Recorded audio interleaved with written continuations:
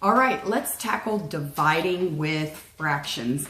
The key to dividing is to understand what it is that you need to break into pieces, because that's what the word divide means. And we often forget that divide means break into pieces.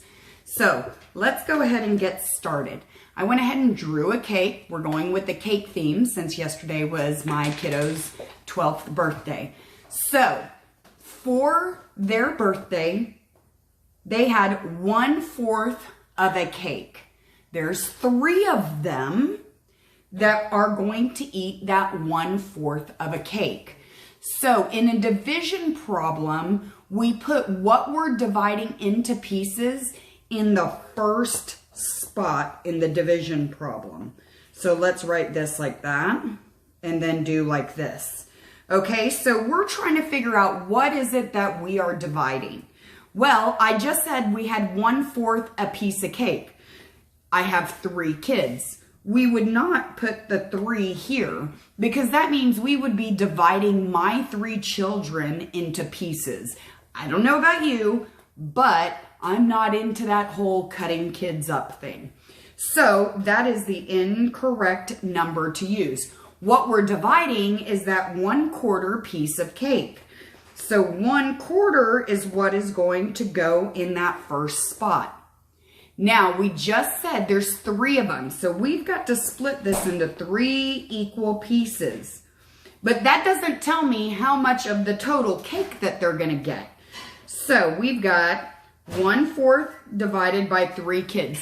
And let me tell you, labeling the numbers and knowing what the numbers mean makes all the difference in understanding. So parents, if you're helping, ask your kids, what are you dividing? What are you dividing it into? In this case, we're dividing 1/4 piece of cake into 3 kids. So we're giving each kid a piece of cake. So this is how we would do a division problem. So we're going to always keep that first number. That first number is not going to change. We're going to change the division into a multiplication. And then we are going to flip the 3, because a 3 really is 3 over 1 if we want to write it in fraction form. And if we flip the numbers, we have 1 over 3. Now, we're in a multiplication problem, which is easy peasy lemon squeezy.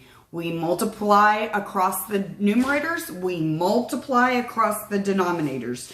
1 times 1 is 1. 4 times 3 is 12. So each one of my kids would get 1/12 of the total piece of cake. And let me show you what that looks like here. Because really, if we had the whole cake, we would split each one of the 4s into thirds. So that we have 1, 2, 3, 4, 5, 6, 7, 8, 9, 10, 11, 12 pieces. Ian is going to get this piece. That's 1 out of the 12.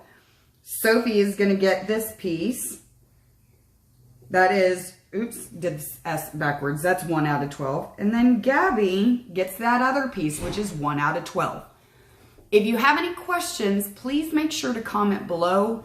I know this is a really hard concept for our 5th graders to understand. I will be doing some word problems next so we can figure out how we know whether we're multiplying or dividing. I appreciate it and thank you.